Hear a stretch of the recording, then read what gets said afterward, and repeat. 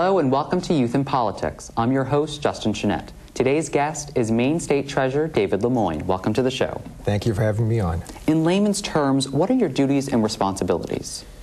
It's a great question. The Treasurer's position in the state of Maine is really established by the Constitution, and it's one of three, really we term them four, but three positions that are set forth in the Constitution that are elected by the legislature, but really are executive in function. So one of them is going to be the Attorney General's office, and that is for law enforcement.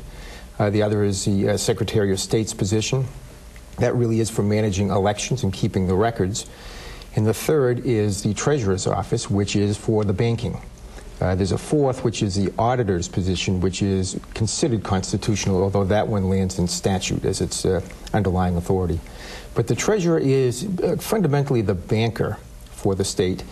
That means we handle debt management, we handle the cash management for the state. We're also responsible for administering the state-held trusts. Those are monies that have been left to beneficiaries with the state as the trustee over many years. And after that, the Treasurer has a variety of other responsibilities. We administer the Municipal Revenue Sharing Program, Financial Literacy Program, and I serve on about a dozen boards that have access to the state's moral obligation borrowing power. And so I keep a link between those agencies and the state government and the legislature.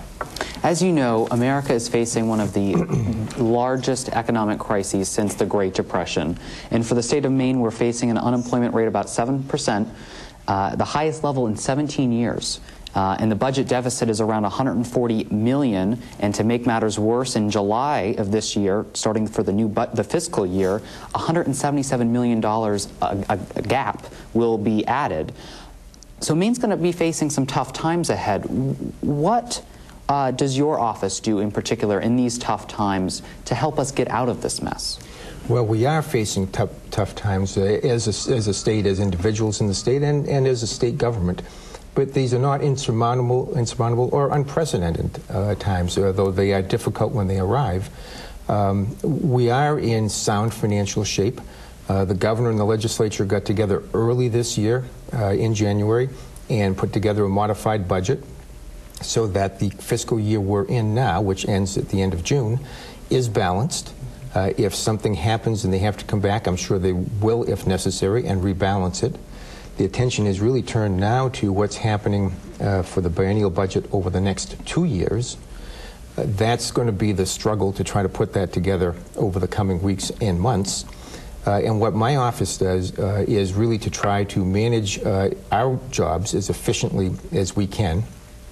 And as an aside on that, we have, I think it is the third smallest Treasurer's office in the nation, given the scope of what our responsibilities are. There are one or two that are smaller, but they don't handle unclaimed property at all, which is another one of our core activities.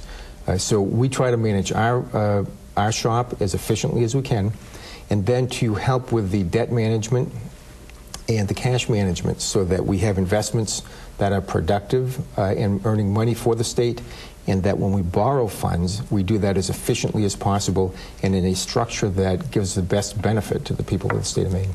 The U.S. Congress recently approved this new stimulus bill, and it will allocate around $2.38 billion to the state of Maine. Will your office have any connections with that money? And if so, how will you work with the legislature to divvy out those funds to stimulate Maine's economy? Right.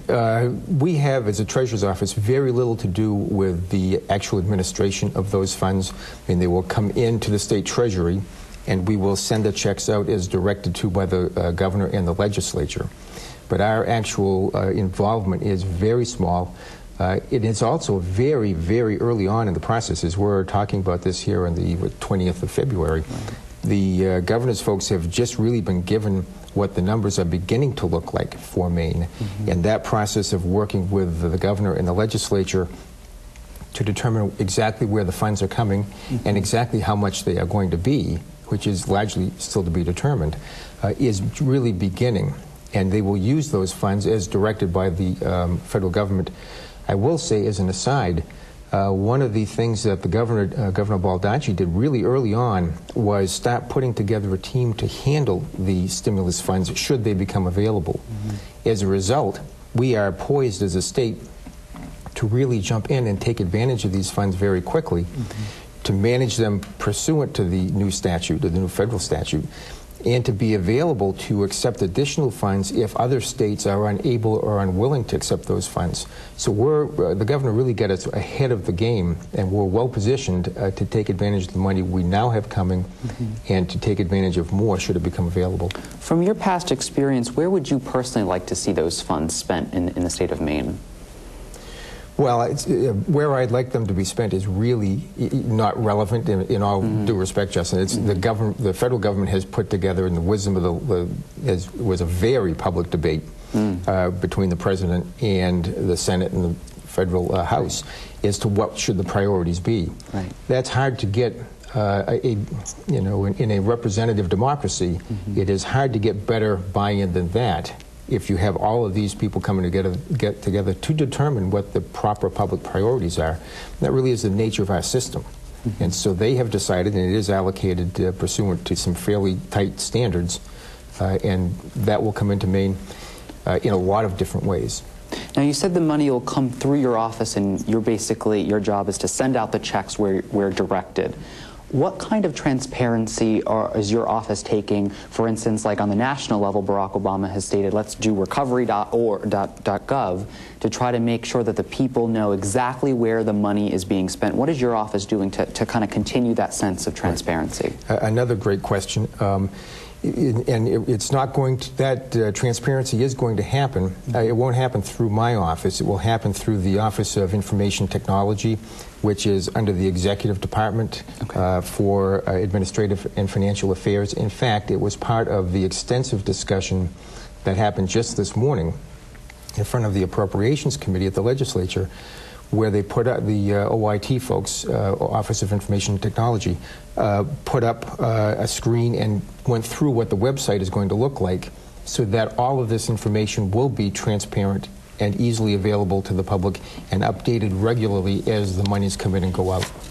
Back in January, you met with a number of investors and called for a green recovery stimulus in particular. And this is what you had to say about it. A forward-looking green energy economic stimulus package could be good for Maine's environment, energy security, and employment picture, and it would be consistent with the state's ongoing efforts to expand sustainable opportunities for Maine businesses and workers. Will this approved stimulus package really cover a lot of those things that you're talking about? And number two, why should an average Mainer really care about green or energy-saving initiatives when people are losing their jobs and losing their homes to foreclosures? Right. And again, a great question, and I'm pleased that you were reading at least some of the website so that you know where I stand on that. And I think this is a position that's been consistent with our Maine's leadership in the Senate and the House. And the value of a green investment program is useful to anybody who locked in on their oil prices last summer when we thought we were getting a deal at $4.40 a gallon. Right. We are very susceptible to foreign energy controls at this point.